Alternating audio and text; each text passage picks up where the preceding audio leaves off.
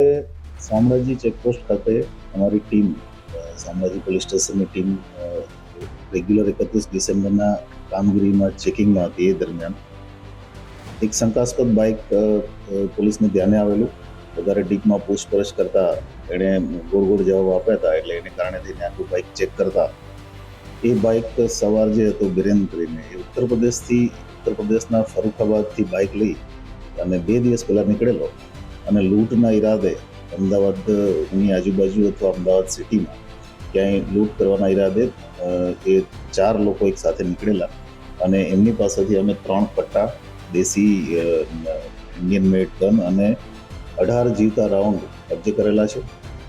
આરોપીનું interrogation અત્યારે ચાલુ છે અને કોર્ટ પાસેથી 7 દિવસના રિમાન્ડ પણ લીધા છે અને અન્ય આરોપીઓ એમાં પકડવાની કાર્યવાહી માટે એસઓજી દ્વારા તપાસ ચાલી રહી છે અને અલગ અલગ ટીમો અન્ય આરોપીઓ પકડવા માટે અલગ અલગ જગ્યાએ અત્યારે કાર્યવાહી કરી રહી છે.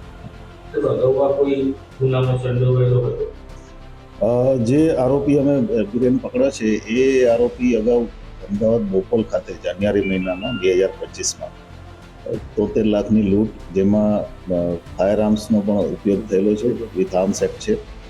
73 લાખની લૂંટમાં એની ધરપકડ પણ થયેલી છે જે તે સમયે. એ ઉપરાંત અમદાવાદમાં જ ચેઇન સ્નેચિંગમાં એ સામેલ છે. એની સાથેના જે અન્ય લોકો છે એ લોકો પણ અન્ય અલગ અલગ જગ્યાએ ગુનાઓમાં સામેલ છે. આ જે બંદૂકો મળી છે એમાં સીટ નીચે એણે જ્યાં પાના પકડ રાખવાની જગ્યા હોય ત્યાં આ બધી વસ્તુઓ સંતાડેલી.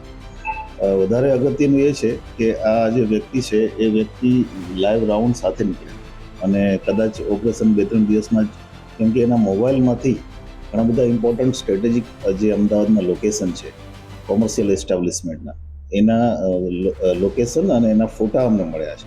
એટલે આગળની કાર્યવાહી એ દિશામાં અમારી ચાલે. હજી સુધી ઇન્ટ્રોગેશનમાં એવું દેખાયું નથી, પણ એવું બની શકે છે. અમે અમદાવાદ પોલીસ સાથે પણ સંપર્કમાં છીએ આ બાબતે અને જો અન્ય આરોપીઓ વધારે પકડાય તો વધારે ડિટેલ આમાં આવી શકે.